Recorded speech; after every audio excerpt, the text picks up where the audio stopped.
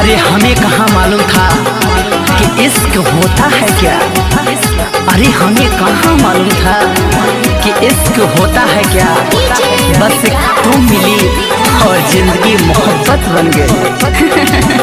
अच्छा रह अखिया के सोझायब हमर तू हो जा, दिल में बात तोहरे ही ना। देखी तोहरे सपनवा रोजो सजनवा तो सोना नहीं का।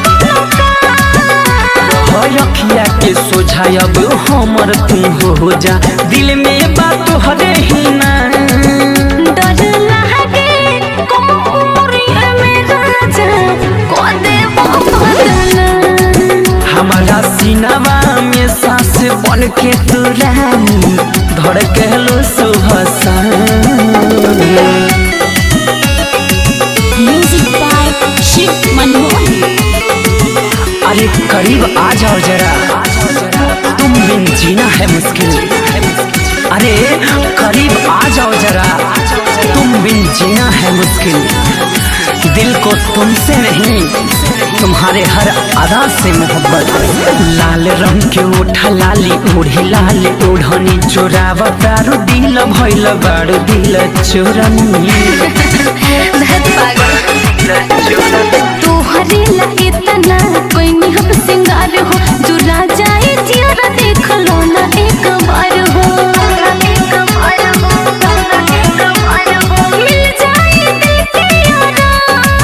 हमारा सीनामा में सांस बन के तू रानी धड़कलो सुबह शाम। डर लागे कोमरिया में राजा को देबो बदना। मेरे दिल की धड़कनों को दिलवर धड़कना सिखा दिया।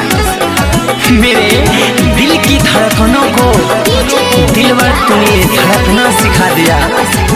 जब से मिली है कसम से तेरी मोहब्बत, मैंने हर गम को भुला दिया। कैसन तो हर प्यार यार कैले बा असर हो, जीने देखी चेहरा तो हर आवेला नजर हो।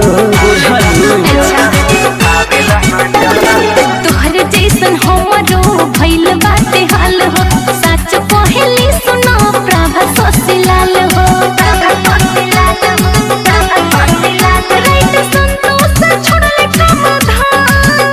हमारा सिनेमा में सांस बन के करे जा धड़के लो सुबह शाम। डर